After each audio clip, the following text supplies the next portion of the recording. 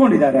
ಇವತ್ತೇನಾದ್ರೂ ಕೂಡ ನಮ್ಮ salary account ಇದ್ರೆ ಆನ್ ಎಂಪ್ಲಾಯೀಸ್ ಆನ್ ಡ್ಯೂಟಿನಲ್ಲಿ ಡೆತ್ ಆದ್ರೆ ಅವ್ರಿಗೆ 1 ಕೋಟಿ ಪರಿಹಾರ ಕೊಡುವಂತ ಯೋಜನೆಯನ್ನ ನಾನು ಚುನಾವಣೆಗೆ ನಿಂತಾಗ ಹೇಳಿದೆ 2 ತಿಂಗಳಿಂದ 2 ತಿಂಗಳೊಳಗೆ ಜಾರಿಗೆ ತರುವಂತ ಕೆಲಸವನ್ನ ಇವತ್ತು ನಾವು ಮಾಡಿದ್ದೇವೆ. ನಾನು ಚುನಾವಣೆ ನಿಂತಾಗ ಹೇಳಿದೆ ಆ ಸ್ಕೀಮ್ ಅನ್ನು ಜಾರಿಗೆ ತರ್ತೇವೆ ಅಂತೇಳಿ. ಅದಕ್ಕೆ ಜಾರಿಗೆ ತಂದ ಎಲ್ಲ ಬ್ಯಾಂಕರ್ಸ್ ಕೂಡ ಇದ್ದಾರೆ.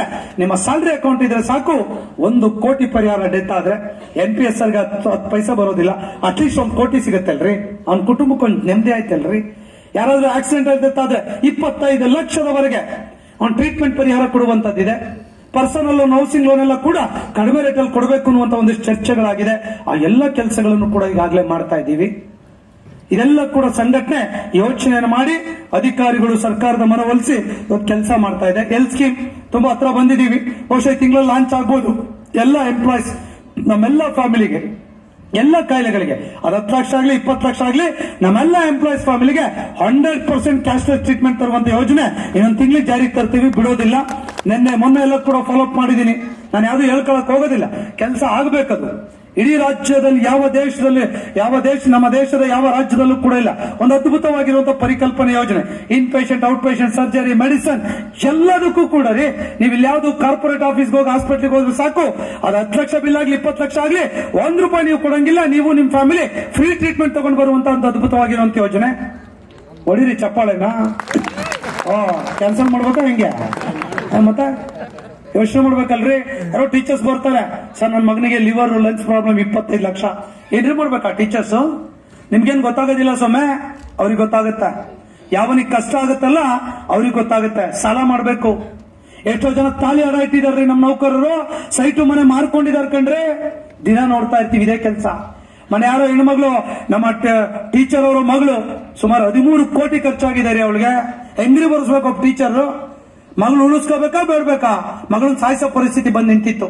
ಇವತ್ತು ಈ ಸ್ಕೀಮ್ ಬಂದಿದ್ದಕ್ಕೆ ಸ್ವಾಭಿಮಾನದಿಂದ ಕಿಡ್ನಿ, ಕ್ಯಾನ್ಸರ್, ಹಾರ್ಟ್ ಪೇಷಂಟ್ ಏನೇ ಆಗ್ಲಿ ನನ್ನ ಕುಟುಂಬವನ್ನು ಉಳಿಸ್ಕೊಳ್ತೀನಿ ಅನ್ನುವಂತ ಒಂದು ಧೈರ್ಯ ಬಂತಲ್ಲ, ಅದು ಸಂಘಟನೆ ಕೊಟ್ಟಂತ ಕೊಡುಗೆ. ಹೇಳ್ಬೇಕಲ್ಲ ಇದು ನೀವು ಮಾಲಕರ ಕಡೆ. ಇದೆಲ್ಲ ಮಾಡ್ತಾ ಇರೋದು ನಿಮ್ಗೆಲ್ಲ ಕೂಡ ಗೊತ್ತಿರುವಂತ ವಿಚಾರ ಅಂತ ಹೇಳಿ ಅಂದ್ಕೊಳ್ತೇನೆ. ಇದ್ರ ಜೊತೆ ಮನೆ 7th ಪೇ ಕಮಿಷನ್ ಆಯ್ತು. ಎಲ್ರಿಗೂ 25, 30, 40 ಸಾವಿರದವರೆಗೆ ಜಾಸ್ತಿ ಆಯ್ತು. ಮನೆಯಲ್ಲ ಹೈಸ್ಕೂಲ್ ಟೀಚರ್ ಸಿಕ್ಕಿದ್ರು, ಸ್ಯಾಲರೀಸ್ ಜಾಸ್ತಿ ಇದೆ. ಪ್ರೈಮರಿ ಸ್ಕೂಲ್ ಟೀಚರ್ ಯಾವುದೇ ಇಲ್ಲ ಕೆಲವು EMI, ಫ್ಯಾಮಿಲಿ ಕಮಿಟ್ಮೆಂಟ್. ನಾನು ಯಾವ್ದೋ ಒಂದು ಜಿಲ್ಲೆಯಲ್ಲಿ ಹೋಗಿದ್ದೆ, ಅವ್ಯಾರೋ ಟೀಚರ್ ಬಂದು ನನಗೆ ಹಾರ ಹಾಕಿದ್ರು. ಏನಕ್ಕೆ ಅಂತ ಕೇಳಿದೆ. ಸ್ವಾಮಿ ಪ್ರತಿ ತಿಂಗಳು 20,000 ರೂಪಾಯಿ ಸಾಲ ಕಟ್ತಾ ಇದೆ, ನನ್ನ ಪರಿಸ್ಥಿತಿ ಹೆಂಗಾಗಿತ್ತು ಅಂದ್ರೆ ನೇಣಾಕೊಳ್ಳೋ ಪರಿಸ್ಥಿತಿ ಬಂದಿದೆ. ನೀವು ಪೇ ಕಮಿಷನ್ ಕೊಟ್ರಿ, ಆ 20,000 ರೂಪಾಯಿ EMI ಸೆಟ್ಲ್ ಆಗಿ ನಂಗೆ ಉಳಿಯಕ್ ಶುರುವಾಯ್ತು. ನಾನು ನನ್ನ ಕುಟುಂಬ ನೆಮ್ಮದಿಯಿಂದ ಇದೆ ಸ್ವಾಮಿ, ಅದಕ್ಕಾಗಿ ಹಾರ ಹಾಕ್ತಾ ಇದ್ದೀನಿ ಅಂತಂದ್ರು. ಅಟ್ಲೀಸ್ಟ್ ನೀವು ಹಾರ ಹಾಕೋದು ಬೇಡ, ಮನೇಲಿ ಪೂಜೆ ಮಾಡ್ತಾ ನಮ್ ಸಂಘದಿಂದ ಇದಾಗಿದೆ ಅಂತ ಹೇಳಿ ನೀವು 4 ಕಡೆ ಹೇಳ್ಬೇಕಲ್ಲ ಇದನ್ನ. ಏನ್ ಪುಕ್ಷಟ ಕೊಟ್ನ ಷಡಾಕ್ಷರಿ? ಏನ್ ಸಿದ್ದರಾಮಯ್ಯನವ್ರ ಏನ್ ದಾನ ಕೊಟ್ರ? ಚರ್ಚೆ ಮಾಡೋದು ಸುಲಭ, ಅದು ಕೂತಲ್ಲಿ ಚರ್ಚೆ ಮಾಡೋದು ಸುಲಭ. ಇಲ್ಲಿ ನಿಂತ್ಕೊಂಡು ಮಾತಾಡ್ಬೇಕು ನೀವು. ಸರ್ಕಾರದ ವಿರುದ್ಧ ಅಟ್ಯಾಕ್ ಮಾಡಕ್ ಹೋದ್ರೆ ಸಸ್ಪೆಂಡ್ ಮಾಡ್ತೀನಿ ಅಂತಾರೆ, ಡಿಸ್ಮಿಸ್ ಮಾಡ್ತೀನಿ ಅಂತಾರೆ, ಅರೆಸ್ಟ್ ಮಾಡ್ತೀನಿ ನೋಡ್ತೀಯ ಅಂತಾರೆ. ಇವೆಲ್ಲ ಫೇಸ್ ಮಾಡ್ಕೊಂಡು ನಾವು ಬಂದಿರೋರು ಇಲ್ಲಿ. ಅದೆಲ್ಲ ಮೀರ್ಬಿಟ್ಟು ಮುಂದಕ್ಕೆ ಬರ್ತೀನಿ ಸ್ವಾಮಿ. ಮುಂದೇನಾದ್ರೂ ಇದ್ರೆ ಹೇಳಿ, ಸಾಯಿಸೋ ಸಿಸ್ಟಮ್ ಇದ್ರೆ ಹೇಳಿ, ಅದೊಂದಕ್ಕೆ ಎದುರ್ಕೊಳ್ತೀನಿ, ಉಳಿದಿದ್ದಕ್ಕೆ ಎದ್ರಲ್ಲ ಅಂತ ಹೇಳ್ತೀವಿ ಸರ್ಕಾರಕ್ಕೆ. ಯಾಕೆ ಹೇಳ್ತೀವಿ ಹೇಳಿ? ಧೈರ್ಯ. ನಾಳೆ ನನ್ನ ನೌಕರಿ ಹೋದ್ರೆ ಯಾರು ಬರ್ತಾರೆ? ನೀವೇನು ಆರಾಮ್ ಸಂಬಳ ತಗೊಂಡು ಆರಾಮ್ ಇರ್ತೀರಾ? ಇವೆಲ್ಲ ಎದುರಾಕೊಂಡು ಸಂಘಟನೆಯಲ್ಲಿ ಕೆಲಸ ಮಾಡಬೇಕು.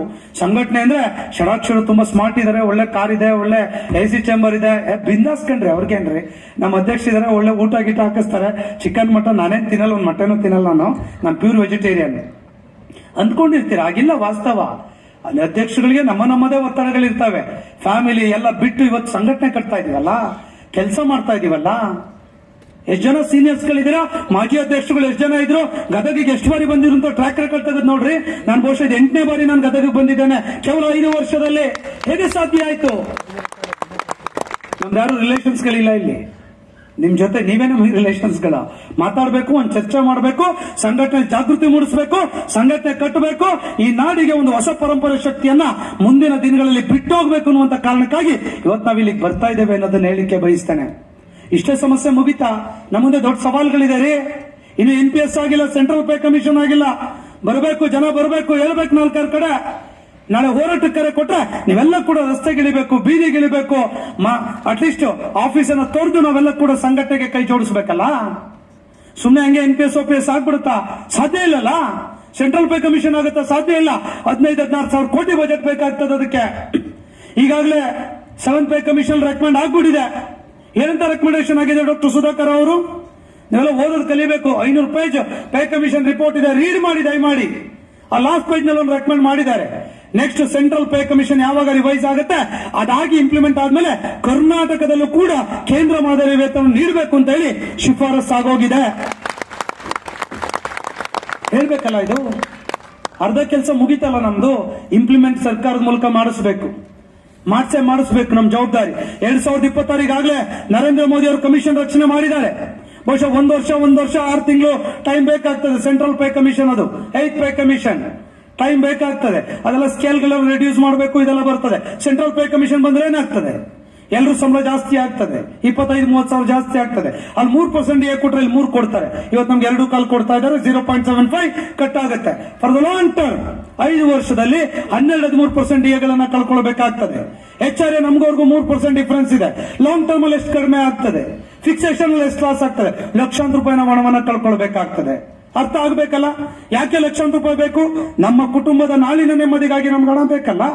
ಸೊ ಆ ಕಾರಣಕ್ಕಾಗಿ ವಿಶ್ವಾಸ ಇಡಿ, 2026 ಅವ್ರದ್ದೇನು ಕಮಿಷನ್ ಆಗ್ತಾ ಇದೆ, ರಿಪೋರ್ಟ್ ಎಲ್ಲ ಬಂದ್ಮೇಲೆ 100ಕ್ಕೆ 100 2026 ಹೋರಾಟ ಮಾಡಿ ಆದ್ರೂ ಕೂಡ ಸೆಂಟ್ರಲ್ ಪೇ ಕಮಿಷನ್ ತಗೊಳ್ಳೇಬೇಕು.